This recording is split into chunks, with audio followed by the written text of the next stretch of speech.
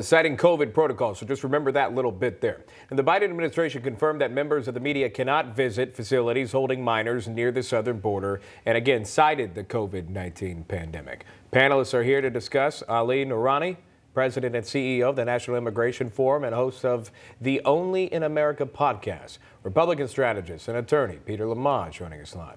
And Democratic strategist and attorney Kelly Hyman. Great to see all three of you here, and thanks so much for coming on. Ali, I'll start with you on this. They recently increased capacity at these facilities to 100%. But here's the thing. They don't want reporters in because of COVID, yet they're packing it to the brim. How does that work? Please make common sense work in this. Your thoughts? So common sense is that, the Biden administration has been in office just over a month. They have started really from scratch in terms of establishing this infrastructure, these logistics, and these processes to protect these children.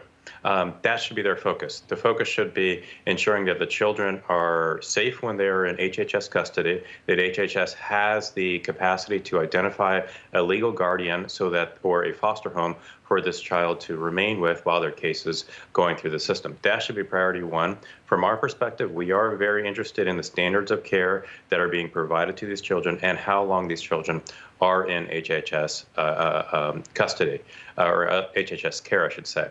So these are the things that are in motion, and I think part of that is obviously protecting the health and safety of staff, of children, and of press. And let's make sure that we see some sunlight in the next few days.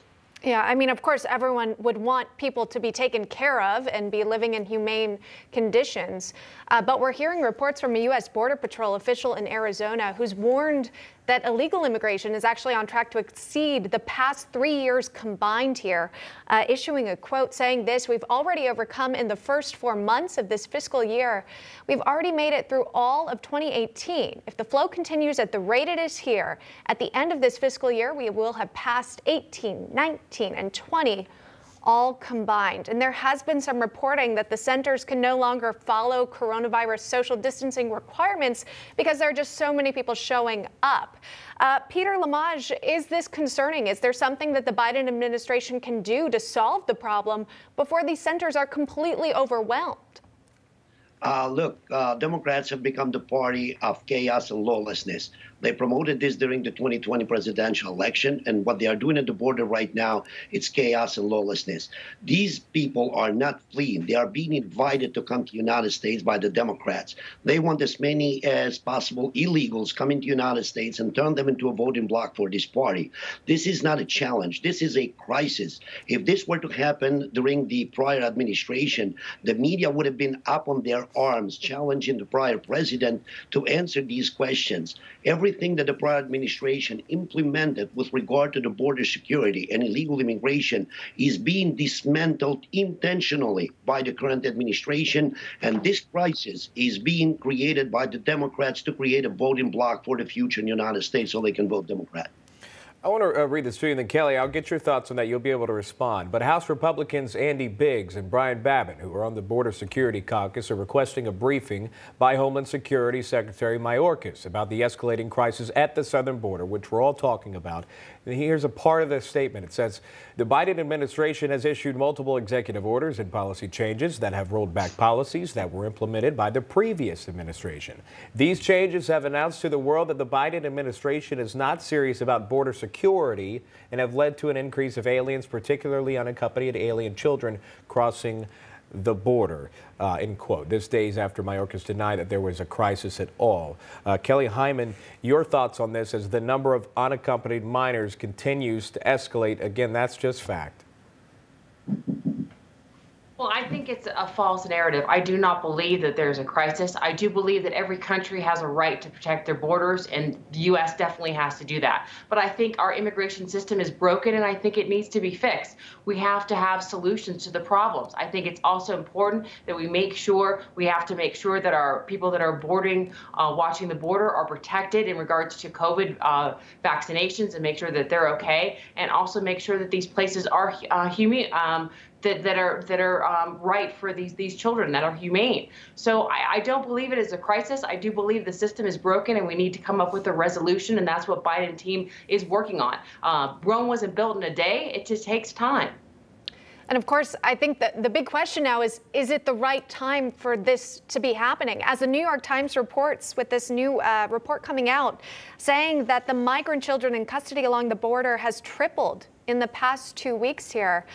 Ali, is there some sort of messaging that could be sent to potentially delay people arriving at the border or trying to get in at this point, just because there does appear to be an overwhelmed situation at the border? Well, I think it's one thing that we have to really understand here is that we as the United States have outsourced our immigration system to human smugglers and drug cartels. They are the powerful bullhorn in Central America selling this idea of getting to the border to families who are incredibly desperate. So there's a couple of things that the administration is doing, and I think that the administration needs to do. Number one, they have put together a public education campaign in Central America to dissuade people from making this decision and sending their children. That's good. But again, remember, you're competing with people who are operating completely outside the law.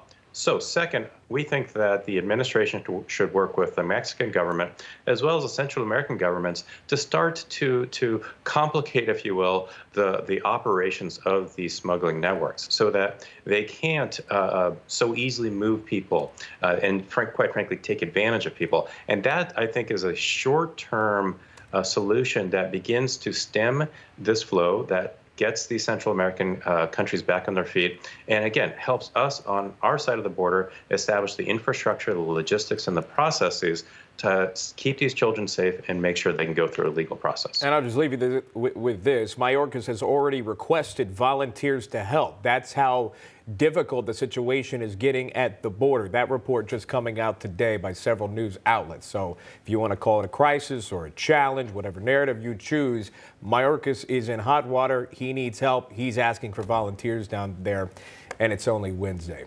Ali Noorani, Peter Lamont, Kelly Hyman. What is it? Tuesday. All right. One of these days here.